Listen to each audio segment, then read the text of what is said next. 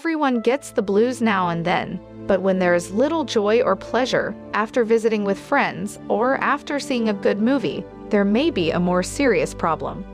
A depressed mood that stays around for a while without letting up can change the way a person thinks or feels. Doctors call this clinical depression. Depression is a common, serious illness and not a personal weakness. Depression can happen to anyone, at any age, and to people of any race or ethnic group. It is never a normal part of life. Depression, which is treatable, can come from chemical imbalances in the brain, hormonal changes, medications, or things going on in your life. Women suffer from depression twice as often as men. 1 out of 4 women may have depression sometime during their lifetime. Many people suffer from depression, but do not seek help. If you experience 5 or more of the following symptoms, and they last for more than 2 weeks, or if the symptoms interfere with your daily routine, see a doctor or qualified mental health professional. A physical examination to rule out other illnesses may be recommended. 1. A persistent sad, anxious, or empty mood. 2. Sleeping too little or too much. 3. Reduced appetite and weight loss, or increased appetite and weight gain. 4. Loss of interest or lack of pleasure in activities once enjoyed, including sex. 5. Restlessness or irritability. 6. Persistent physical symptoms that don't respond to treatment, such as headaches, chronic pain, constipation, and other digestive disorders. 7. Difficulty concentrating, remembering, or making decisions, fatigue or loss of energy. 8. Feeling guilty, hopeless, or worthless thoughts of death or suicide. Many things can lead to clinical depression. Following are factors that can contribute to the illness. Biological. People with depression may have too little or too much of certain brain chemicals. Changes in these brain chemicals may cause or play a role in clinical depression. Cognitive. People with negative thinking and low self-esteem are more likely to develop clinical depression. Gender.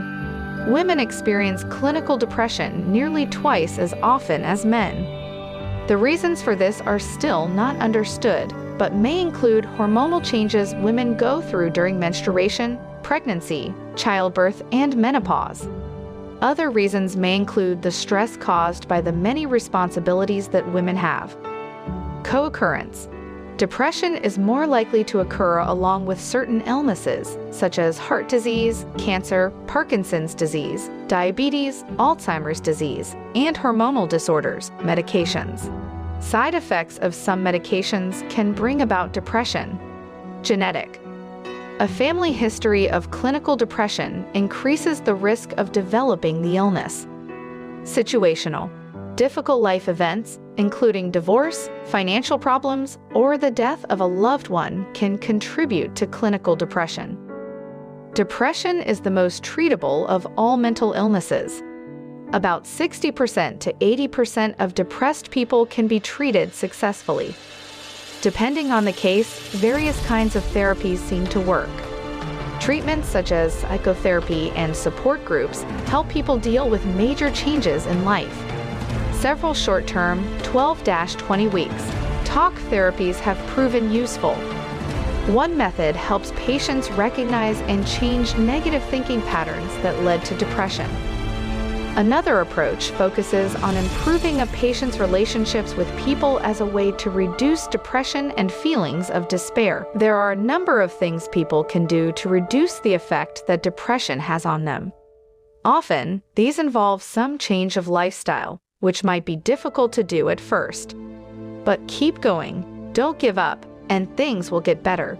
These include seeking professional help, being part of a supportive community, talking to a loved one or friends, going outside or picking up a hobby, getting regular exercise, getting enough quality sleep on a regular basis, eating healthy, avoiding alcohol.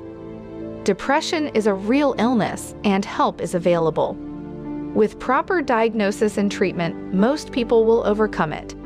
If you're experiencing any symptoms or signs of distress, don't hesitate to speak to a helping professional or doctor about it. So guys, I'm all today.